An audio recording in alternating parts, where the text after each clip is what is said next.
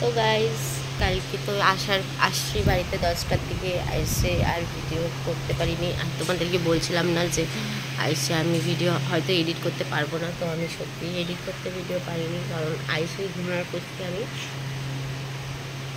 আইসে খাই ঘুমাইছি যে উঠছি 9:30টার দিকে, উঠে আইসে আবার আমি ঘুমাইছি। ঠিক আছে, ঘুমানোর পরে উঠছি হচ্ছে 11:30টার দিকে। তো এখন আমি বসে বসে এডিট করব ভিডিও, তাই ভাবলাম যে এডিট করার আগে তোমাদের সাথে একটা ছোট্ট করে ভিডিও শেয়ার করি। কি বলবো গাইস, আজকে মানে এখন পর্যন্ত পায়ে এত ব্যথা, মানে কিছু বলারই নেই, এত ব্যথা হচ্ছে ভাই।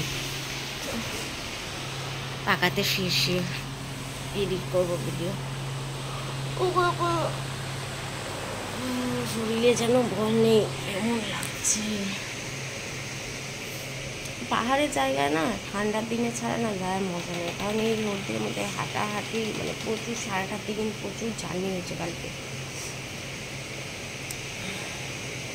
সেটা প্রচুর খারাপ লাগতেছে। তো উঠলাম, উঠতে তখনও উঠছে পড়ছে না, তবুও উঠলাম, বলি না দেরি হয়ে গেছে, উঠি 11টার দিকে উঠছি। উঠে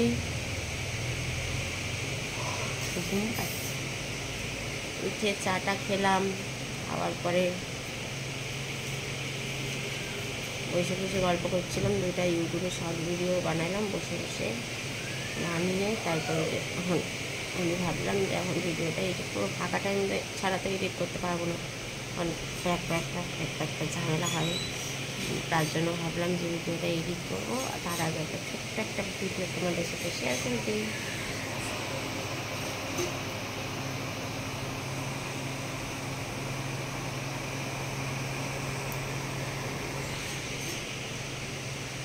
তার জন্য তোমাদের সাথে একটা ছোট্ট ভিডিও শেয়ার করার জন্য চলে আসছি। তো বলো, তোমাদেরকে বললাম কালকে কে কে কামাকা ভিডিও দেখার জন্য ইচ্ছুক আমার ভিডিওটাতে কমেন্ট করো। তোমরা তো কেউই কমেন্ট করলে না, যাই হোক, তা আমি ওরকম, আর তোমরা যখন কমেন্ট করো নি তো আমি ভিডিওটা জাস্ট আমি যেরকম বলার সেগুলো আমি ছাড়বো, কিন্তু অরিজিনাল কাহিনিগুলো বলে ছাড়তে পারবো না, ঠিক আছে? আর কিছু কিছু কথা আমি বলতে পারবো না। আর তোমরা অনেকেই হয়তো চেনো কামাখ্যা মায়ের মন্দির, অনেকে চেনো না।